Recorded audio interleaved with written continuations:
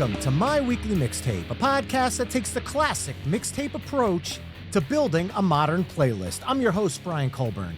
Tonight, I'm excited to welcome Cody Hanson of Hinder to the program. Now, for those of you that listened to me back in the Tune Styles days, I had the pleasure of speaking with Cody, along with Marshall Dutton and Blower. Feels like many moons ago, 2019, it's probably ages ago, but I'm super excited to have that opportunity once again tonight on My Weekly Mixtape. Cody, it's great to see you again, man. Hey, man, good to see you as well. Sorry you only have just me tonight, but Well, we're going to make the most of it. But since this is your first time on My Weekly Mixtape, I'd like to start by asking you my first time guest question, and that is, what does the word mixtape mean to you? ooh, man, what a question right off the bat. Oh, I don't mess around. I mean, I don't know. I guess there's several different ways you could take this. I mean, obviously, I remember back in the day in middle school when you would, you were trying to get the girl, right? You'd make her the mixtape. You know what I mean? Now you just go to Pandora, right? Or Apple Music and just put on a playlist or whatever. But yeah, I mean, I guess it would just be a collection of your favorite songs for whatever you want that mood or that vibe to be. Well, we've got a lot to talk about tonight because we're going to be diving into the 20th anniversary of Hinder's debut, Extreme Behavior, as well as the band's brand new album, Back to Life, which is the first since 2017's The Rain. And I'd like to start by talking about that because over the last 2 decades, Hinder's sound has evolved. So I'd love for you to talk about the evolution of the band's music over the last 2 decades. Yeah, I mean, obviously, with Marshall taking over at the lead singer position, I mean, obviously that in and of itself just changes everything. Mhm. But the fact that we kind of just do everything on our own in-house now, we've been doing it for so long, writing and producing together. Obviously, as you grow up, you mature and grow as a writer and as a producer and as an engineer, you know what I mean? So yeah, I mean, things just kind of have to evolve and change. And, we don't fight it, like a lot of bands, especially bands that came out around our time, they're still trying to recreate that first thing that made them popular. And, I kind of think we're taking the opposite approach. We're writing the songs that we want to write, and we're producing those songs for those songs, what they're supposed to be. We're not trying to do what we think everybody else wants us to do or be what everybody else wants us to be, if that makes sense. Makes 100% sense. And the thing I've always liked about Hinder is the fact that as a band, you've always worn many musical hats. And considering my tastes are all over the map, that plays into why I love this band. You get hard rock, you get power ballads, you get the acoustic moments, and you also get those pop sensibilities. So between the four of you, where do the branches of Hinder's sound derive from? Oh, yeah. I think we all like so many different styles of music. I grew up listening to country and I grew up listening to gangster rap and I grew up listening to, Jimi Hendrix and Buddy Holly and Bad Company. And then I got into Metallica and Pantera. And I mean, you name it, and I was into it. And I know Marshall's the exact same way. So, when we get in the studio and sit down to write, we just kind of let it all come out, and sometimes you'll have an idea and you'll think back, oh, do you remember this song from the 90s? Or do you remember this song from, just back in the day? And, we'll try to pull inspiration from all these different genres and styles of music. And I think it's a good way to keep things interesting.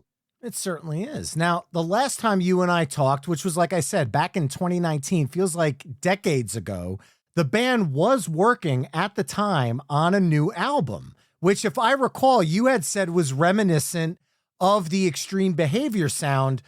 But as time has gone on, you ended up shelving that album entirely. Can you talk about that experience? And even if it's not directly what led the band towards this new album? Yeah, I mean, as you said, we were intentionally trying to make a record, because we knew the 20-year anniversary was coming up. And so we thought, that might be a cool moment to make a record that's that people are looking for that were fans of the first album. And once we really got into it, and we had it all done, mixed, we going into mastering, and we kind of just decided, you know what, this doesn't feel right. This doesn't feel like who we are now. So we decided to just leave it on the hard drive. And at that time, to be honest, we had decided we weren't going to do new music at all. We Wow. kind of figured, you know what? The reason we were making this album was because we thought people wanted to hear the first album, so we thought, why mess with that? Let's just go, let's play shows, let's play the songs that people know, that people are coming out to hear.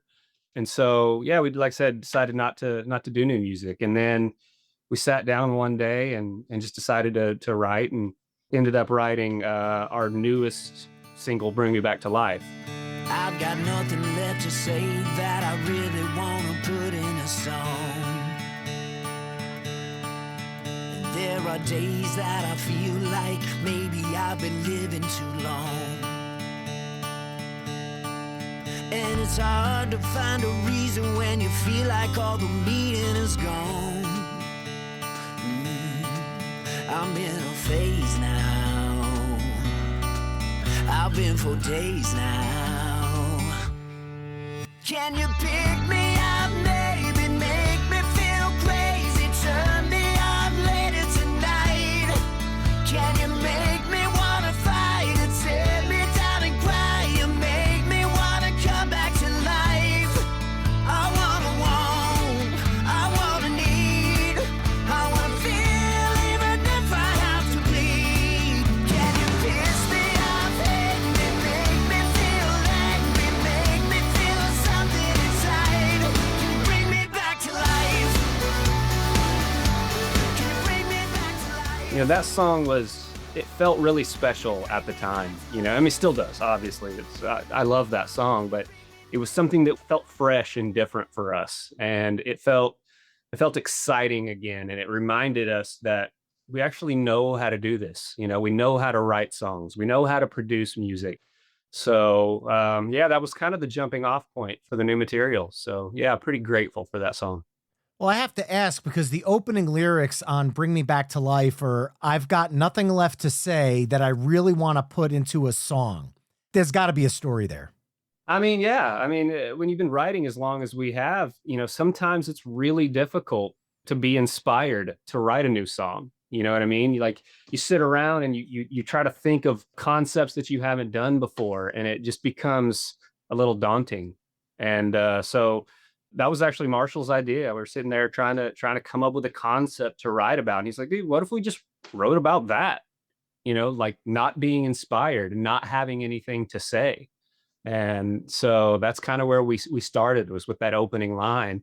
And then obviously, the song kind of grew from there and became something else a little bit. I mean, it is about being uninspired and life being kind of, I don't know, being stuck in the same old routine, and, wanting someone to come in and kickstart you and bring you back to life. So, yeah, that's kind of the story behind it.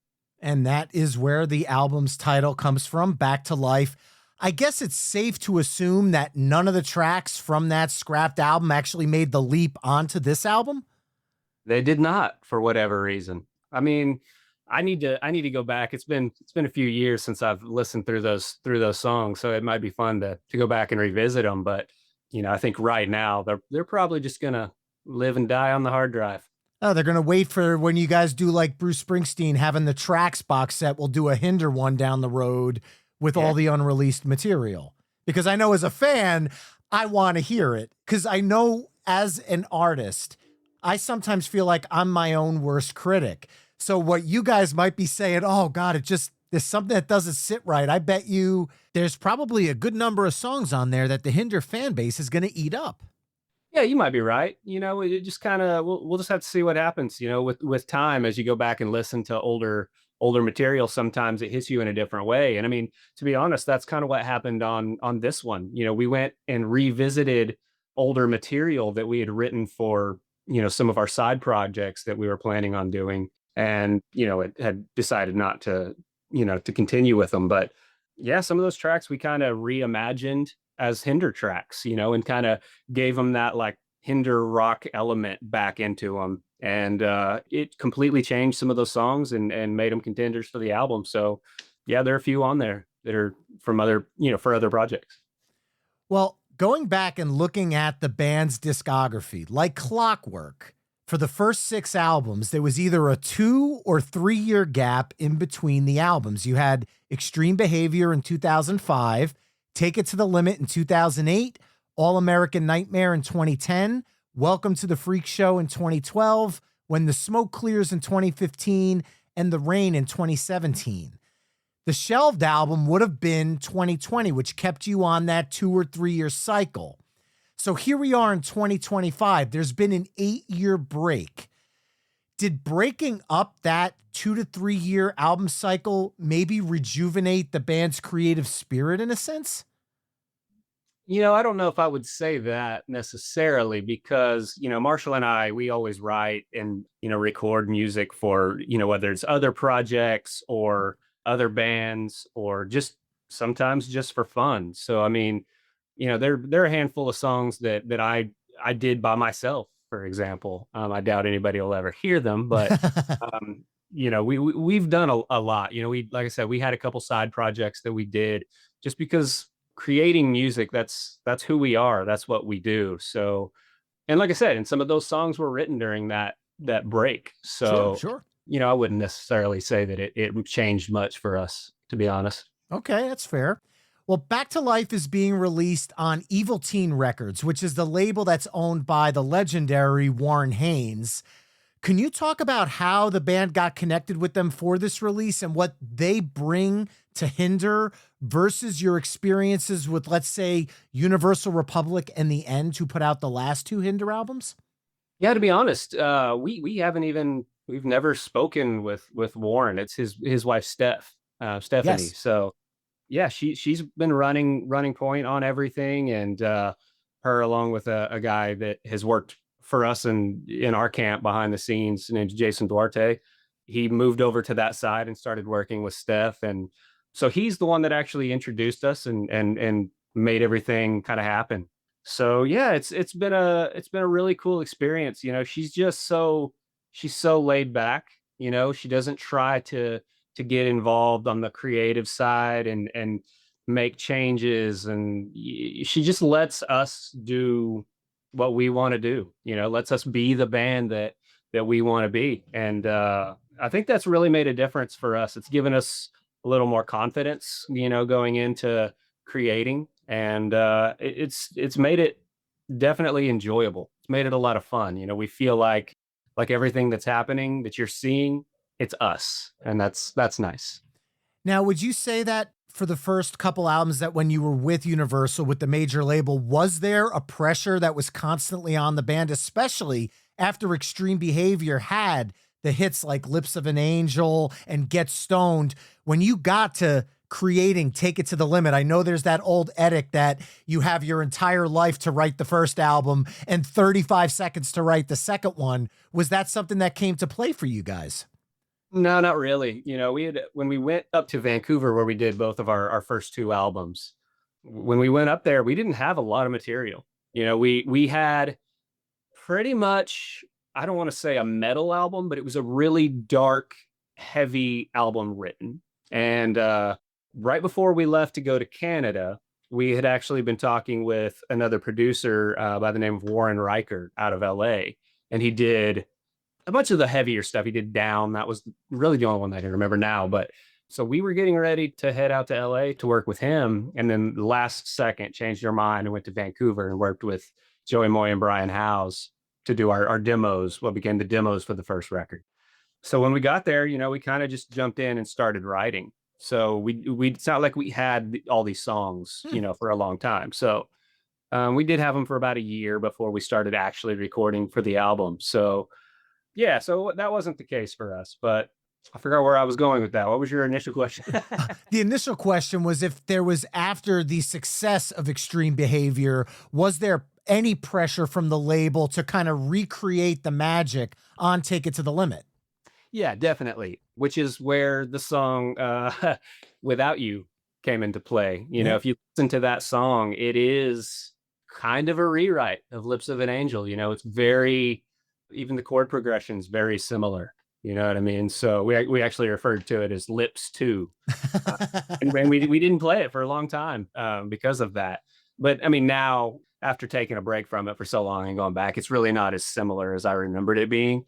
But yeah, I mean, there's always that pressure, you know what I mean? And when a label's involved, there are always several people, cooks in the kitchen, I guess. There are a lot of cooks in the kitchen, and we got lucky though. I will say that when we were with Universal, we had a really great A&R guy.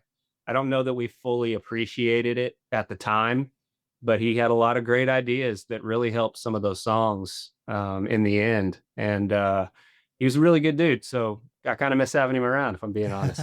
Tom Mackay was his name. He's a really good guy. Awesome. Well, the next song I want to dive into is actually the first single you released from the album back in late 2024, and that's the song Live Without It. Is there any reason I should keep believing in the struggle we've been through? Is it any wonder why it's hard to keep trusting you? And now I'm getting older, the fire's getting colder, and it feels like wasting time. Is there any question why I shouldn't let this thing die? Stop. I can live without it, tired of thinking about it anyway. If I can't win back, I don't wanna leave it. I just don't think there's a better way. Everything's been said, another go round, another breakdown, 'cause you won't let it die. I can live without it, I can live without it anyway.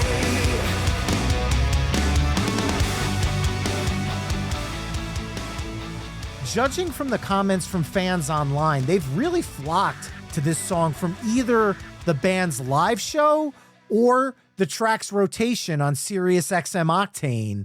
And I kind of found that compelling because usually all you hear from fans, and if you read YouTube comments, is I stumbled across this on my YouTube feed or on my Spotify.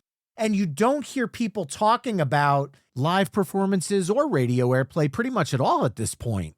Given that streaming wasn't an option when Extreme Behavior came out 20 years ago, has the band's mindset at all changed in terms of releasing music? And how much has streaming factored into that? I mean, obviously, it changes everything. You know what I mean? Once you're done with a song, obviously, I mean, you go immediately into marketing and into like, what's the plan? How are we going to get this music out to all these people? So, I mean, your entire plan is based around streams now, because nobody's selling anything, right? Like, I mean, there are a handful of artists out there that can actually sell records, but for the most part, it's all based around streaming. So you're trying to figure out, you know, your different plans. Where are we going to put this budget here for ads, and what are we going to link it to? You know what I mean? What platform is going to be the most supportive to put us on these playlists, and how do we pitch for those playlists? And there's just a lot that goes into it now. And it's to be honest, I mean, since it's been so long for us, it's kind of a foreign concept, and it's something that we had to play a little bit of catch up on and kind of learn the ins and outs of, and we're still learning about it every day. So it's kind of fun, but it's also a little scary because it's not the old way of doing things, which we felt like we knew how to do. Okay, so then are you embracing the physical medium for this release? Or are you going the streaming only route for now? Yeah, we are going to. I know for sure we're doing vinyl. I believe we're going to do CDs. I don't know Awesome. what that's going to look like yet, how many, where they're going to be distributed to, but we are definitely planning on doing that. And that's another thing that's cool about Evil Teen and Steph, is that, you know, she's kind of from the same school of thought as we are. You know what I mean? She manages a bunch of other bands that are a little older and, you know, that have, I guess, heritage acts is what they would say now. So she gets it. She knows exactly how we feel about it. So it's cool to be in a partnership with somebody like that. Well, if I can just raise my hand and say that if you are selling CDs, as somebody who owns nearly 5,000 of them, I need a copy. That is awesome. Where do you have the room to store 5,000 CDs? One of my closest friends on the planet built me a cabinet. I actually de-jewel cased them, and I have them in little mini sleeves so they look like little vinyl LPs in bins, and you pull a bin out and you can flip through them like vinyl records.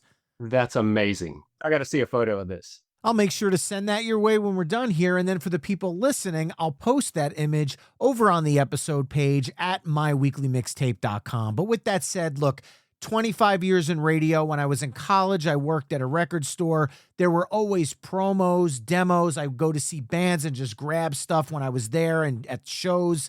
And then obviously the stuff that I want to buy in record stores and indie record stores all over the place. So yeah, it adds up. And yeah, it's a sickness. I understand. That's awesome. I actually just saw or found some of our old promos the other day. One with, it was us on the bottom. And I think it had Get Stoned on, and the top of it was the band 10 Years and their first single, Wasteland. That's what it was. Nice. And yeah, I thought that was pretty cool. I've got a box in the attic of all those old promo items that I kind of forgot about. I'm going to have to go revisit. Yeah, by all means. Yeah, it's kind of fun.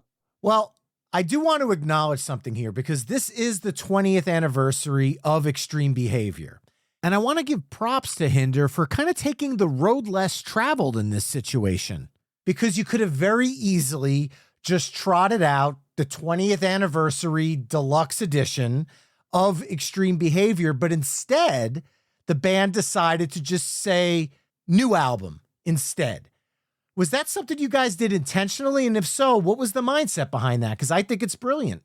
Well, thank you. Thank you. Yeah, I mean, it's kind of the same reason why we decided not to put out that album that we thought was, reminiscent of that first album. It's everything. It's not who we are anymore. Yeah, those songs are, they're ingrained in us, right? It is who we are, but yet now as a band, we're looking toward the future. We have new fresh ideas that we want to get out. And, I think that's important to kind of just keep marching forward.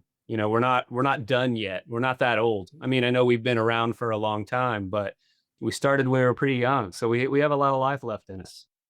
And there's something I want to talk about with some of the new songs that are on this album, because some of them have been in Hinder's live rotation for the last several years, especially one we talked about earlier, Bring Me Back to Life. Did road testing these songs before recording them impact the final studio version in any way? On that one, not really. It didn't change much. We recorded it.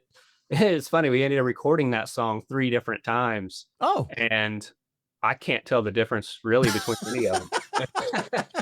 Yeah, that one just kind of, once we did it, it kind of stayed, and we wrote that song and planned to release it, had a plan, and it was about to come out. And then something would change. We'd have to move the date. And then, we almost put it out on a different label. So we ended up going to LA and recording it with another producer, and that one and a handful of other songs, and, just didn't end up working out. So we came back and re-recorded it again and, ended up with Evil Teen. So yeah, that one was just one of those songs that, and I think we got it right the first time. That's how we felt. There will be a rock version because, that song is it's a little lighter than some of what you typically hear on, like, say, Octane, or if the active rock format. So we did just finish like a rock version that's a little bit heavier. So that might be fun for people to hunt down.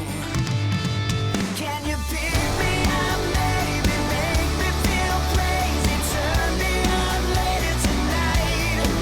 Can you make me wanna fight and tear me down and cry and make me wanna come back to life?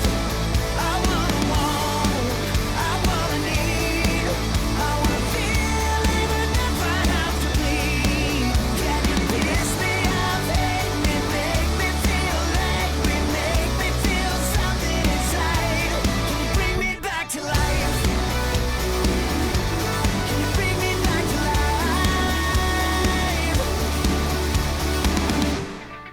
while we're on the live thing here, Hinder's a band with, as of today, 7 studio albums under its belt, plus a number of cover songs that you've recorded and released as bonus singles over the years. As the hits piled up for the band, the set list almost becomes beholden to certain songs because, i.e., the fans have spoken.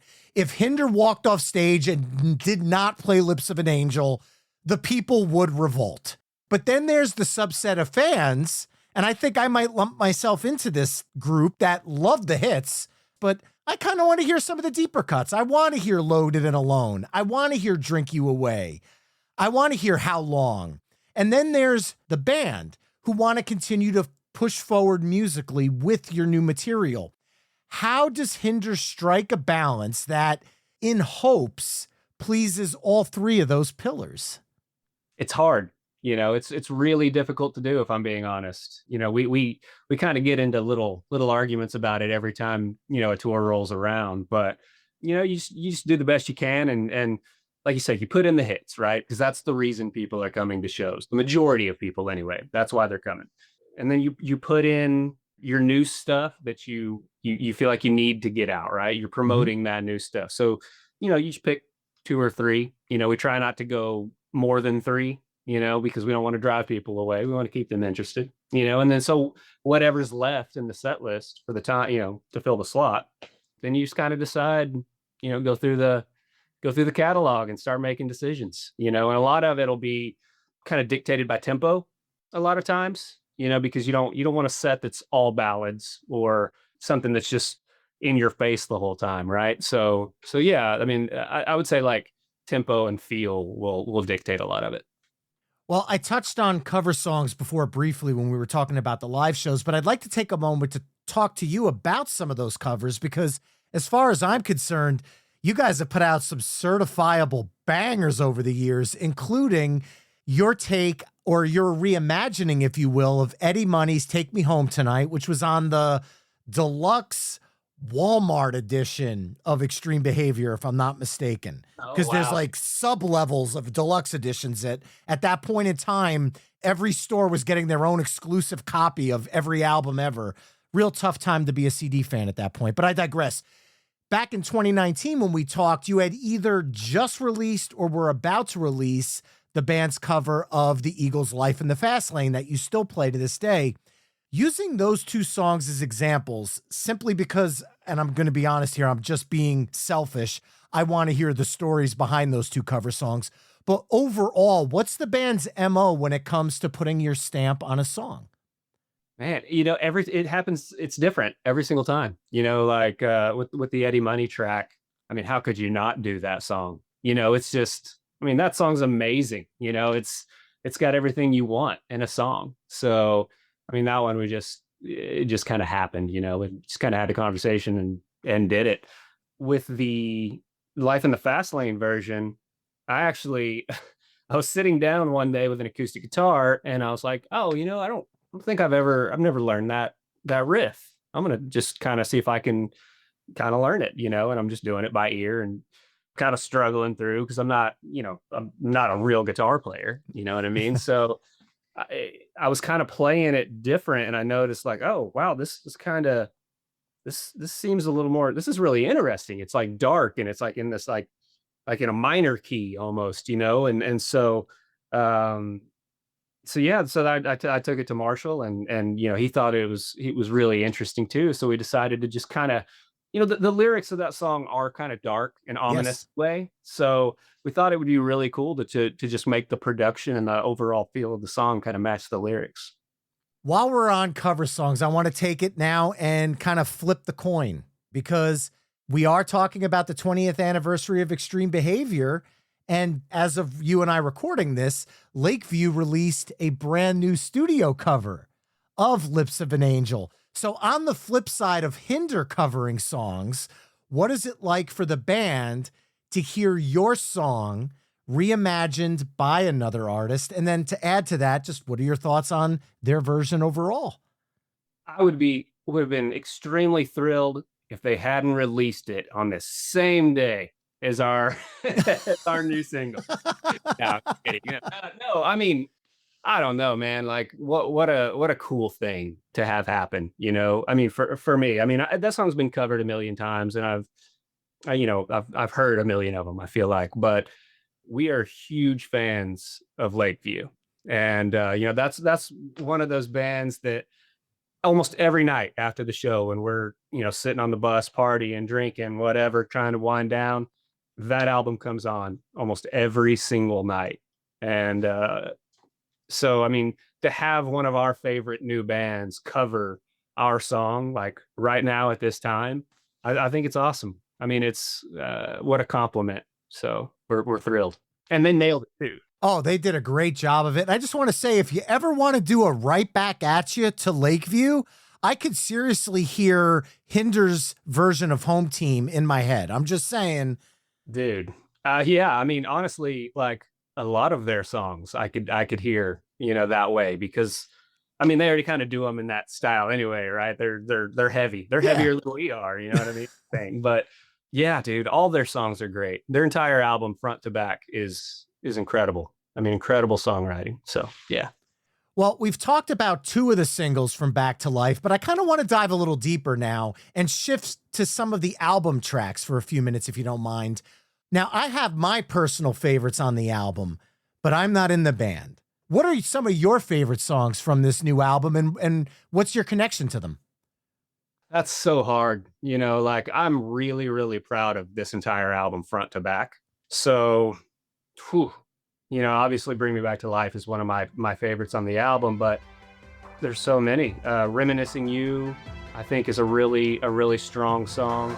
Lying in our bedroom, staring at the ceiling, and it's cold now. Thinking about the summer when we saw the Chainsmokers, it was so out. And the chill in my bones is hurting my soul in this lonely house. It's kind of sad, I'm reminiscing when there's no one here to listen. Would you hear me out? If I shout about your door tonight, could we smoke a bowl of drinks on wine? Could we talk about the afterlife, laying on the floor? Put on a record like we used to do, the kind of dancing where we barely move. I'll do anything you want me to, I'll do it all. Listen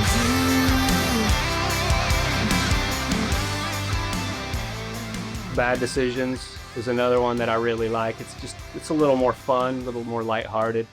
It's got that heavy rock thing to it, so that's cool. I fucked up again, I didn't pay my rent. I spent my last 2 cents on a lover. I gave up good for Lent, to hell if I repent. I lied to all my friends and my mother. Golden nature, bad behavior. I'll fix the game, then raise the wager.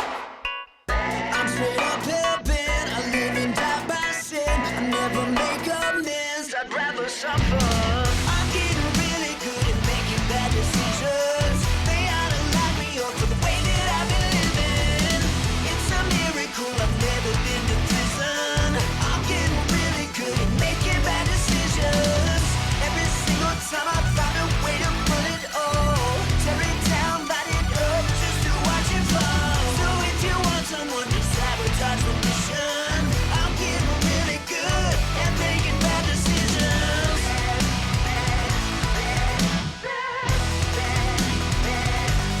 Bad decisions.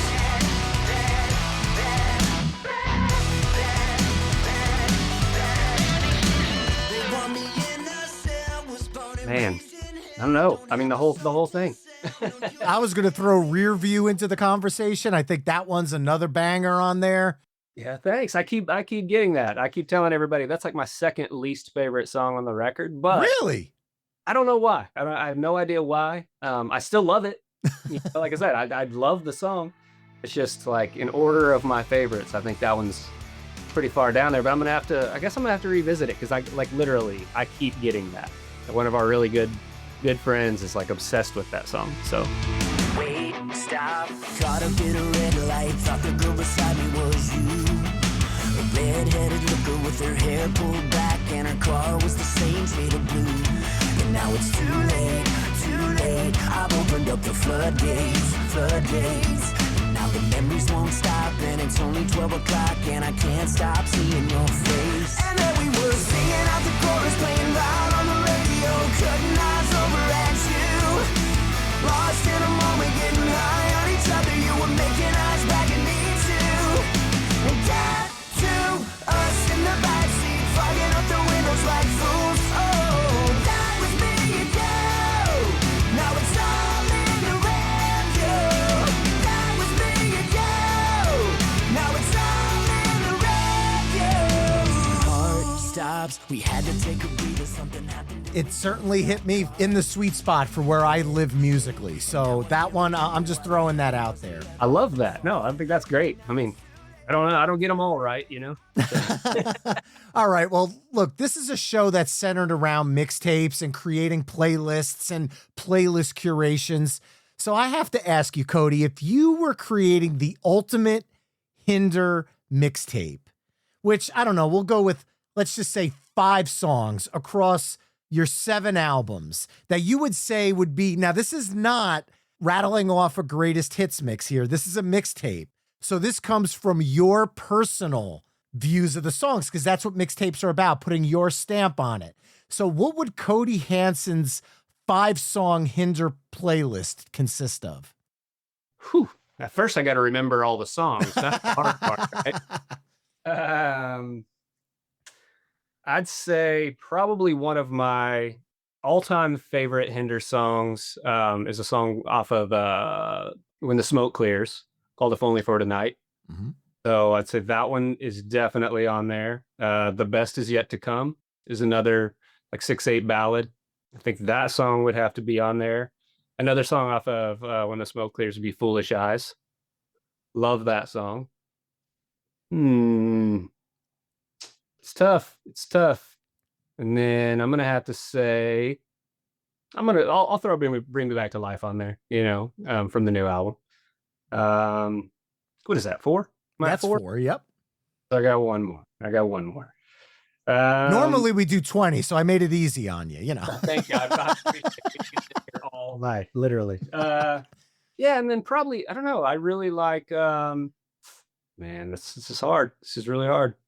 We'll go with just make it easy and say All American Nightmare. I think that's a really cool rock track.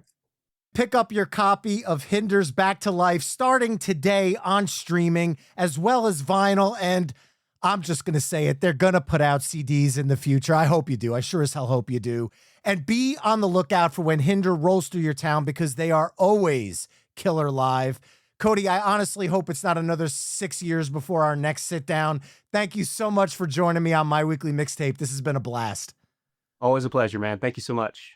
And to the mixtapers listening, I put a playlist up on the episode page at myweeklymixtape.com where you can hear the songs from the new album as well as all the songs we've talked about tonight. And remember, you can find My Weekly Mixtape on almost all the social media haunts at My Weekly Mixtape. You can also head to myweeklymixtape.com to check out the full catalog of My Weekly Mixtape episodes.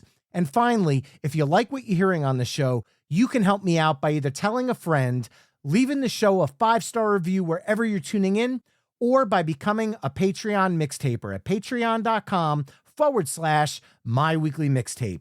There you can find ad-free episodes of the show, gain early access to upcoming episodes, chime in on future topics, become a guest curator, and so much more. That's all for this week. Thanks again for listening, and until next time, enjoy the tunes.